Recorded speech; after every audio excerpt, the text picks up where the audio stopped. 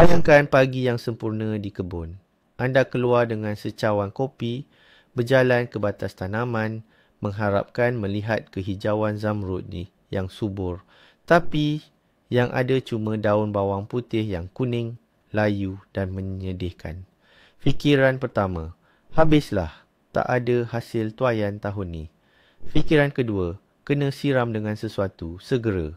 Tapi, apa bendanya? Dan di sinilah 90% pekebun membuat kesilapan besar yang merugikan usaha mereka sepanjang musim. Hai kawan-kawan, hari ini kita takkan main teka-teki. Kita akan bongkar masalah daun bawang putih musim sejuk, winter garlic, yang menguning ini hingga ke akar umbi. Tetapi dengan bahasa yang mudah difahami, anda akan tahu rahsia yang boleh mengubah batas tanaman kuning anda kembali menjadi hutan hijau. Sudah bersedia untuk mengetahui kebenaran yang sengaja didiamkan oleh pengeluar baja. Jom kita mulakan. Sebelum kita terburu-buru menyerbu dengan bahan kimia di tangan, mari kita fahami dulu siapa sebenarnya yang kita sedang hadapi ini. Bawang putih musim sejuk ini ibarat pahlawan Spartan dalam dunia tumbuhan. Kita tanam ia dalam tanah yang sejuk. Ia bermalam di bawah salji dan bangun antara yang terawal walaupun tanah masih lagi beku. Dan di sinilah punca segala masalah. Bayangkan anda dikejutkan pada pukul 5 pagi, dihalau keluar dalam kesejukan beku dan dipaksa lari maraton tanpa sarapan. Lebih kurang begitulah yang dirasakan oleh bawang putih anda pada awal musim bunga. Akarnya masih terperangkap dalam tanah beku, manakala daunnya sudah pun berjemur di bawah matahari. Ketidakseimbangan inilah kunci untuk memahami kebanyakan proses yang berlaku. Ingat baik-baik keadaan ini, kaki sejuk, kepala panas, kerana dari sinilah kita akan mulakan penyiasatan kita. Kita mulakan dengan punca yang paling jelas, namun sering kali diabaikan. Ia adalah stres suhu rendah atau tekanan sejuk yang biasa. Dan kita bukan bercakap tentang musim sejuk 3 bulan yang lepas, tetapi tentang frost atau suhu beku pada musim bunga. Tengok bagaimana proses ini berlaku. Bawang putih mula tumbuh sangat awal. Pada siang hari, matahari memanaskan, daun mula membesar secara aktif dan sel-sel di dalamnya dipenuhi air. Tetapi apabila malam menjelang, suhu menjunam di bawah paras sifar. Air dalam sel pada hujung daun membeku, mengembang dan merosakkan dinding sel. Apabila matahari terbit, ais itu cair tetapi sel-sel itu sudah mati. Ia kemudiannya mengering dan bertukar menjadi kuning. Ini adalah hukum fizik dan kita tidak boleh menyangkalnya. Jika anda lihat hanya hujung daun sahaja yang bertukar kuning, mungkin cuma sekadar 2 cm, tetapi bahagian daun yang lain masih hijau dan tegap. Anda boleh tarik nafas lega. Kemungkinan besar ini hanyalah kesan daripada ayunan ataupun perubahan suhu yang mendadak. Pokok bawang putih itu akan pulih dengan sendirinya, sebaik sahaja cuaca stabil.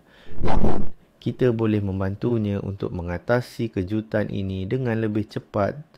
Kalau kita nak bantu tanaman yang stres akibat suhu melampau, buat sementara ni, lupakan dulu pasal baja tahi organik dan baja kimia, urea, nitrat. Apa yang kita perlukan di sini ialah sejenis anti kemurungan untuk tumbuhan. Ya, benda ni wujud. Produk berasaskan ipibrasinolide atau zircon. Inilah rawatan yang sangat disarankan. Macam mana cara ia berfungsi? Anda bancuh betul-betul satu ampul, biasanya bersamaan 1 ml atau 1 ml dalam 5 liter per air. Penting untuk buat dengan cara yang betul. Air tak boleh terlalu sejuk, biarlah suam-suam kuku. Penyemburan pula, jangan buat masa tengah hari buta di bawah terik matahari. Buat waktu petang atau bila cuaca redup, mendung. Bahan-bahan ni bantu tumbuhan aktifkan semula sistem pertahanan dalaman dan pulihkan membran selnya. Ibaratnya, ini macam kita bagi teh panas. Pada orang yang kesejukan di perhentian bas, dia tak kenyang dengan teh tu, tapi badannya jadi panas dan dia akan pulih kembali. Jadi, kalau puncanya sebab stres sejuk atau beku, satu kali rawatan macam ni dah boleh hentikan daun daripada jadi kuning dan kembalikan semangat pada pokok bawang putih anda. Sekarang, mari kita lihat pula punca nombor 2. Yang ini mungkin yang paling kerap berlaku, kekurangan nitrogen. Tapi, kenapa masalah ni selalu timbul pada musim bunga, walaupun kita dah letak baja penuh-penuh musim luruh? Bayangkan tanah itu macam peti ais, penuh dengan makanan tapi semuanya beku. Nitrogen dalam tanah ni selalunya berada dalam bentuk yang tak boleh diakses oleh akar selagi bakteria tanah tu belum bangun. Dan bakteria ni dia suka tempat panas. Selagi suhu tanah tak naik sekurang-kurangnya 6 atau 8 darjah Celsius, bakteria ni akan terus tidur. Akar bawang putih pun bekerja sangat perlahan dalam tanah yang sejuk. Jadi inilah paradoksnya. Makanan ada, tapi tak boleh nak ambil. Pokok itu dalam keadaan panik mula menarik nitrogen daripada daun-daun lama untuk menghidupkan daun-daun baru. Sebab itulah daun-daun bawah atau hujung daun mula bertukar kuning. Pokok sanggup korbankan daun-daun ni demi memastikan pucuk baru boleh terus hidup. Baiklah, kita sudah tahu bahawa bawang putih kita sedang memerlukan nutrien. Apa yang sering pekebun biasa lakukan? Mereka akan ambil baja urea atau karbamid dan menaburnya dengan banyak di batas tanaman. Tetapi ini adalah kesilapan besar, terutama apabila dilakukan pada awal musim penanaman yang masih sejuk. Dengar baik-baik, ini akan menjimatkan wang anda. Baja urea adalah bentuk nitrogen amida. Untuk ia dapat digunakan oleh tanaman, ia perlu melalui siri penukaran kimia yang panjang dan ini memerlukan bantuan bakteria tanah. Dan kita ingat, bakteria ini sedang tidur kerana cuaca yang masih sejuk. Apabila anda menabur urea pada bulan April di tanah yang sejuk, anda sebenarnya hanya membuang duit. Baja itu akan terbiar dan tidak berfungsi selama 2 atau 3 minggu sehinggalah cuaca betul-betul panas. Sedangkan bawang putih perlukan nitrogen segera saat ini juga. Jika tidak, potensi pembesarannya akan terbantut. Urea adalah baja yang sangat baik, tetapi ia sesuai digunakan pada masa yang lebih lewat, iaitu apabila anda sudah selesa berjalan di kebun sayur hanya dengan baju T, bukannya memakai jaket tebal. Jadi, apa yang kita nak buat kalau baja urea tu tak menjadi? Inilah dia penyelamat kita, baja amonium nitrate. Anda kena ingat nama ini betul-betul. Nitrogen dalam baja ini datang dalam 2 bentuk serentak, nitrat dan amonium. Bentuk nitrat ni ibarat macam suntikan intravena untuk pokok. Ia akan diserap akar serta-merta walaupun dalam air yang sejuk beku atau pada suhu yang sangat rendah. Akar tak perlu tunggu bakteria, ia terus minum larutan ni dan cepat-cepat salurkan nutrien untuk pertumbuhan. Sukatan dia mudah saja. Ambil sekotak mancis, itu lebih kurang 20 gram, campur dengan 10 liter air. Dan yang paling penting, wajib siram pada kawasan kejadian.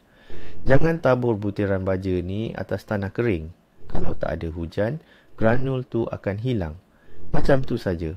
Atau lebih teruk, boleh hanguskan akar pokok. Jadi, buat bancuhan dan terus siram. Kesan dia tidak akan nampak dalam 3 ke 4 hari saja. Daun akan jadi lebih gelap, lebih subur dan nampak berisi. Ada satu lagi petua yang sering diwar-warkan di internet, iaitu menggunakan air amonia. Kononnya, cuma perlu beli di farmasi, siramkan dan masalah selesai. Ia dikatakan boleh menghalau perosak dan membekalkan nitrogen sekaligus. Mari kita berfikir secara logik. Air amonia ini sebenarnya ialah gas amonia yang dilarutkan dalam air. Ya, ia mengandungi nitrogen. Tetapi, perkara pertama yang perlu kita tahu, ia sangat mudah meruap. Semasa anda mengangkut air bancuhan ini dari tong ke batas tanaman, separuh daripada kandungan nitrogen itu sudah terbang ke udara. Yang tinggal hanyalah bau busuk yang menusuk hidung anda. Kedua, kepekatan nitrogen dalam botol amonia di farmasi sangatlah rendah berbanding dengan sebungkus baja nitrat yang harganya sama. Untuk betul-betul membekalkan makanan kepada bawang putih anda dengan air amonia, anda perlu menuang kuantiti yang sangat besar setara dengan kadar industri ke atas batas.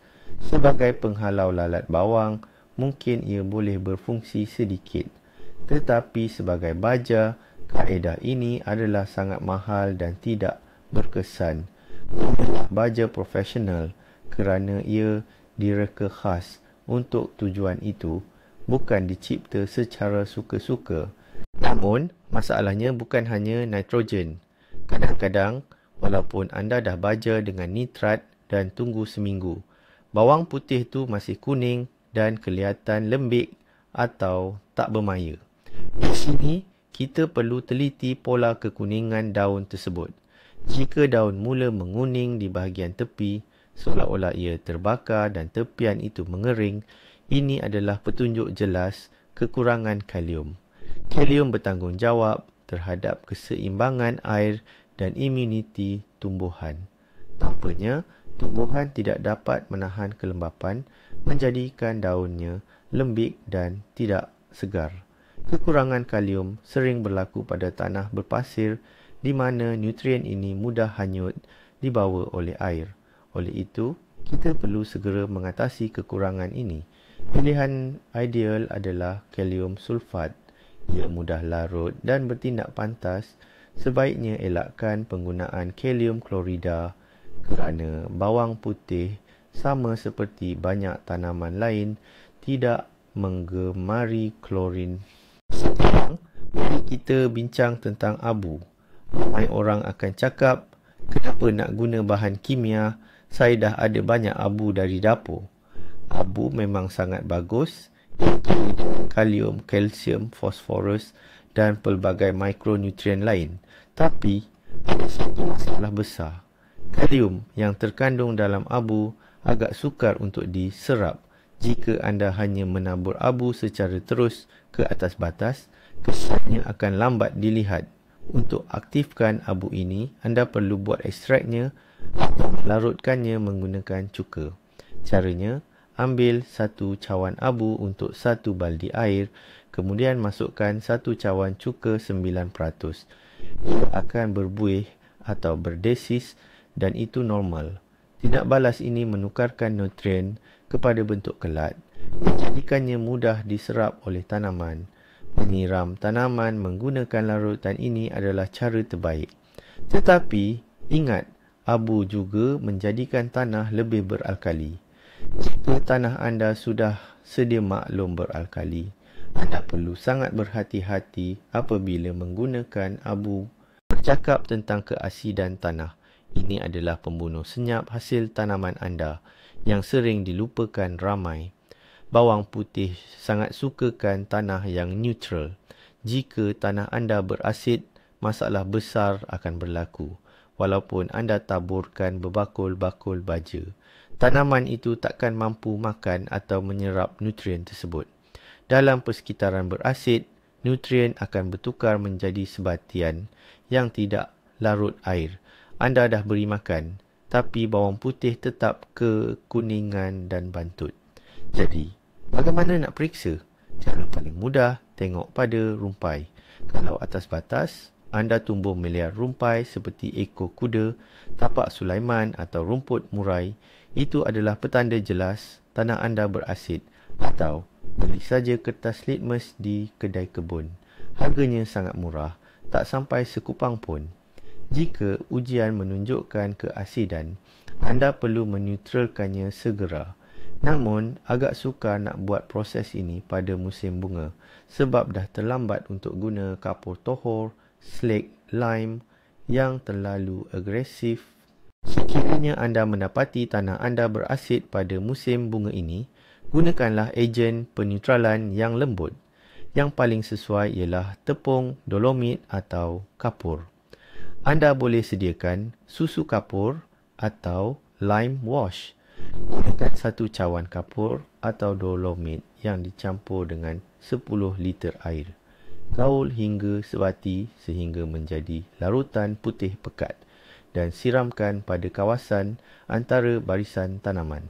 Kaedah ini akan membetulkan tahap pH secara perlahan-lahan, membekalkan kalsium dan magnesium dan membuka kunci akses kepada nutrisi lain yang sebelum ini terhalang.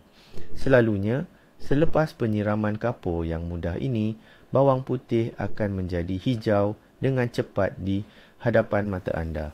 Ini kerana ia akhirnya dapat mencapai nitrogen dan fosforus yang sebelum ini terperangkap dan tidak boleh diserap oleh tanaman. Ia ibarat membuka pintu stor yang terkunci di mana segala bekalan makanan tersimpan. Selain itu, ada satu lagi punca yang sangat biasa, iaitu isu mekanikal, kedalaman ketika menanam. Cuba imbas kembali bagaimana anda menanam bawang putih itu. Jika anda menanam ulasnya terlalu dalam, sekitar 10 ke 15 cm, pokok itu perlu menghabiskan sejumlah besar tenaga hanya untuk cuba keluar dan mencari cahaya. Semasa ia berjuang menembusi lapisan tanah yang sejuk itu, ia menghabiskan semua bekalan tenaga yang tersimpan di dalam ulas tersebut. Jadi, apabila daunnya muncul di permukaan, ia sudah lemah, malah mula kekuningan akibat kepenatan. Dalam keadaan ini, kita memang tak boleh nak korek dan naikkan semula ulas bawang itu. Tugas kita sekarang adalah memastikan bawang putih itu mendapat penjagaan yang sempurna. Gemburkan tanah agar udara dapat sampai ke akar dan berikan nutrien tambahan untuk menggantikan kehilangan tenaga akibat pendakian ala maraton ini. Jika kita tanam bawang putih terlalu cetek, sekadar ditutup dengan lapisan tanah yang nipis, kita akan dapat masalah yang berlawanan. Ketika musim sejuk atau jika berlaku frost pada musim bunga, ulas bawang putih itu boleh beku dan rosak. Sistem akarnya akan cedera akibat kesejukan, menyebabkan ia tidak dapat menyalurkan air dan nutrien dengan betul. Daun yang mula kekuningan adalah petunjuknya. Cuba periksa, korek dengan cermat sedikit tanah di sekeliling pangkal satu pokok. Jika ulas itu berada hampir di permukaan, anda perlu segera lakukan sungkupan atau mulching. Taburkan lapisan tebal humus, rumput atau kompos setebal kira-kira 3 hingga 4 cm. Lapisan ini akan berfungsi seperti selimut, mengekalkan kelembapan dan melindungi akar yang terjejas daripada perubahan suhu yang mendadak.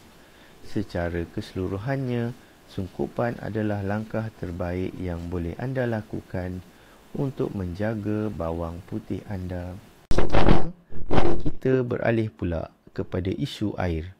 Bila musim bunga, kita selalu fikir, tanah kan dah basah lepas salji, buat apa nak siram lagi? Tapi awas, cuaca ni selalunya menipu. Bulan April atau Mei yang berangin dan kering boleh menyebabkan lapisan atas tanah kita kering kontang dalam masa 2-3 hari sahaja. Akar bawang putih ini taklah dalam sangat. Bila ia tak cukup air, pokok bawang putih ni akan terus masuk mod jimat tenaga dan mula gugurkan atau keringkan daun, bermula dari hujung daun. Jadi, cuba periksa kelembapan tanah sedalam 1 jari. Kalau kering, cepat-cepatlah siram. Namun begitu, kita pun tak boleh biarkan tanah tu jadi macam paya. Kalau air bertakung dan tak mengalir keluar, akar akan lemas sebab kekurangan oksigen. Bila akar lemas, ia akan mula raput atau busuk dan akhirnya daun pun akan kembali menguning. Kalau jadi macam ni, kita kena cepat-cepat korek parit atau saluran kecil untuk mengalirkan air keluar. Kemudian, gunakan cangkul garpu atau fork untuk menggemburkan tanah di antara barisan. Cukup sekadar mencucuk dan menggoncangnya sedikit bagi membenarkan udara masuk ke dalam tanah. Kita dah bincang pasal nutrisi dan cuaca, tapi ada musuh yang lebih bahaya, iaitu serangga perosak, khususnya lalat bawang. Makhluk kecil ni akan mula aktif bila pokok ceri atau dandelion mula berbunga. Lalat ini akan bertelur dalam tanah, betul-betul di sebelah bawang putih anda. Larva tersebut kemudiannya akan menyerang pangkal atau batang, menyebabkan tanaman mula membusuk dan bertukar jadi kuning. Cuba cabut satu pokok yang dah kuning tu dan periksa ubi bawang putih dengan teliti. Kalau nampak ulat putih kecil atau lorong-lorong di dalamnya, itu bermakna masalah dah besar. Baja nitrogen tak boleh selesaikan masalah lalat ni. Kita perlukan senjata berat. Kalau anda utamakan kaedah organik atau mesra alam, cuba guna serbuk tembakau yang dicampur separuh dengan abu dan taburkan atas batas tanaman. Baunya akan mengganggu dan mengelirukan lalat tersebut. Tapi, kalau serangan terlalu serius, terpaksalah kita guna racun serangga, insektisida. Contohnya, produk berasaskan diazinon.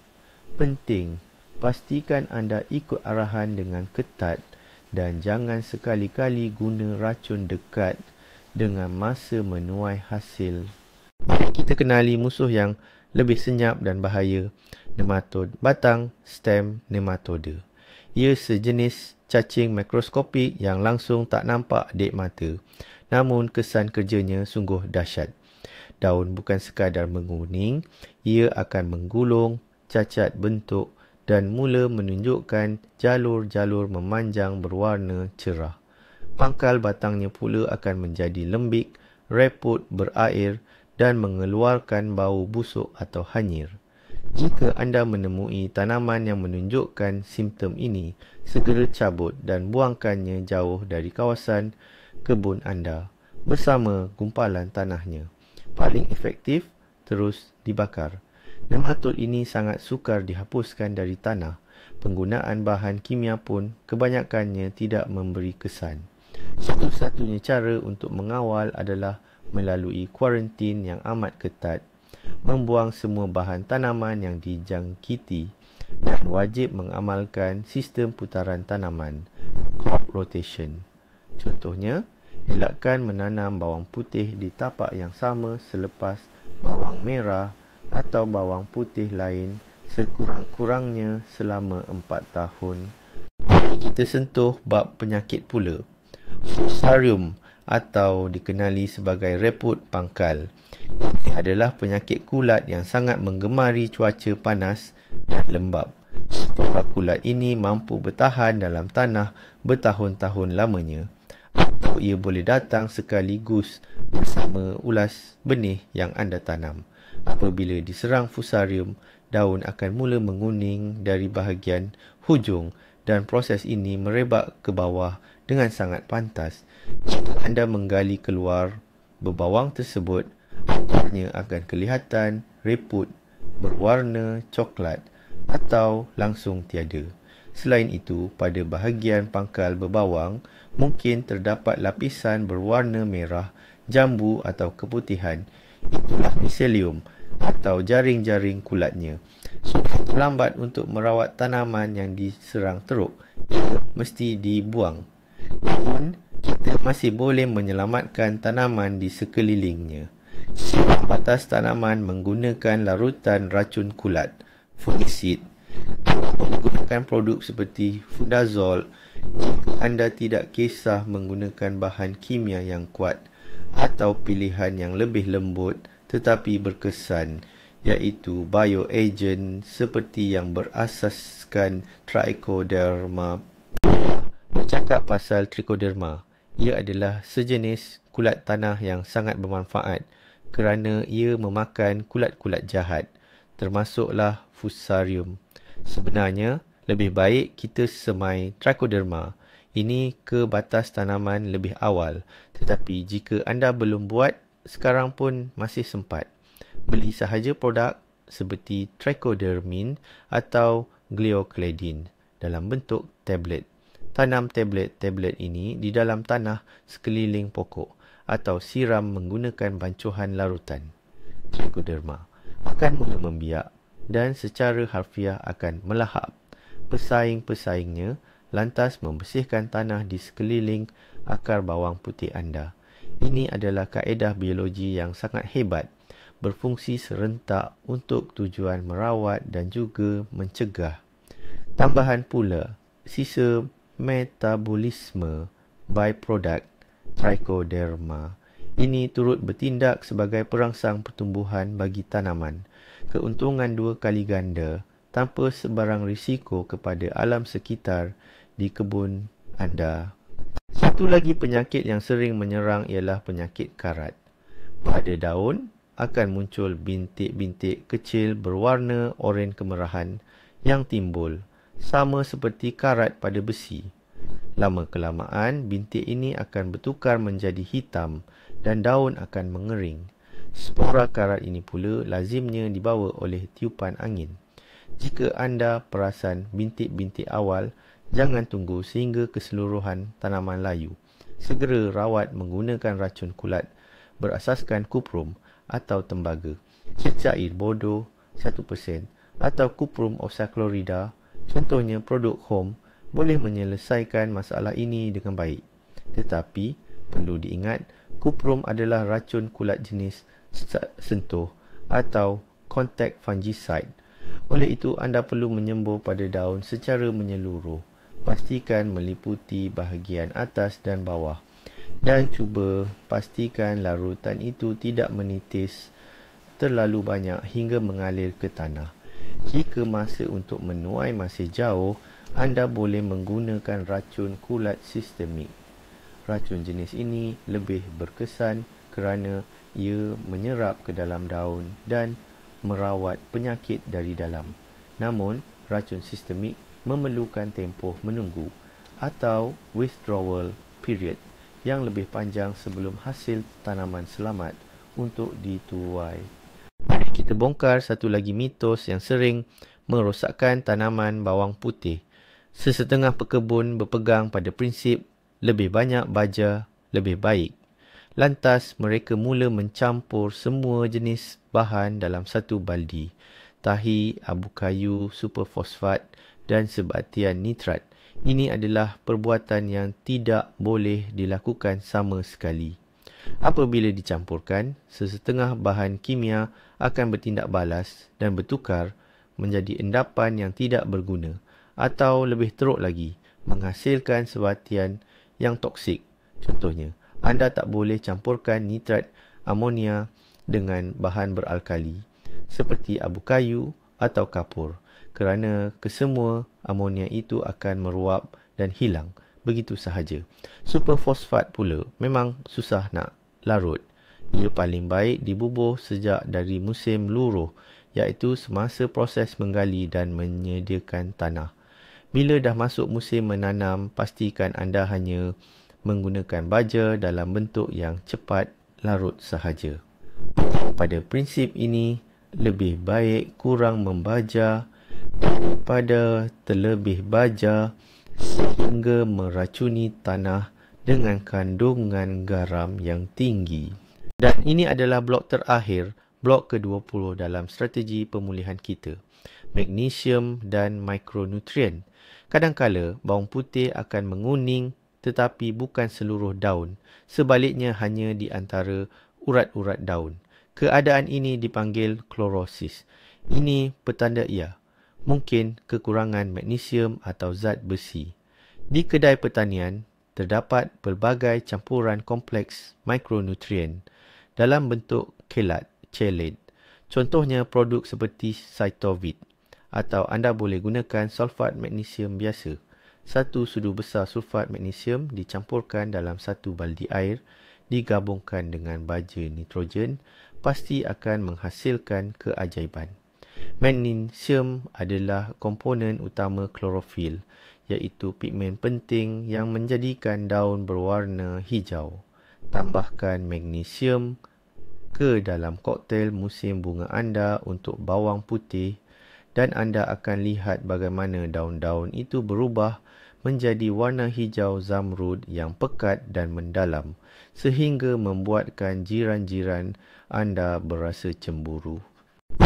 Kawan-kawan sekalian, kini anda sudah ada pelan tindakan yang lengkap di tangan.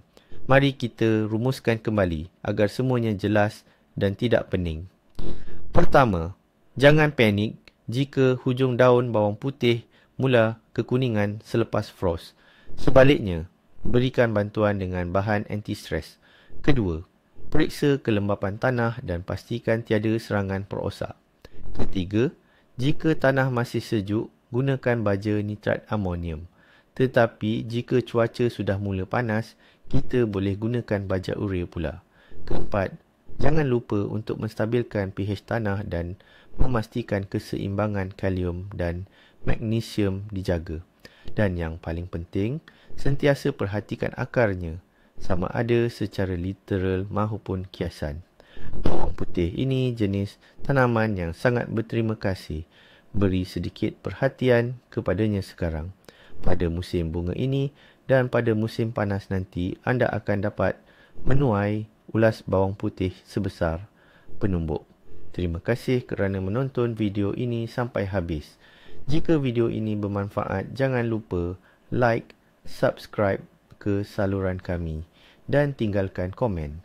Apa baja yang biasa anda berikan kepada bawang putih pada musim bunga? Mungkin anda ada resipi rahsia sendiri? Jom kita bincang.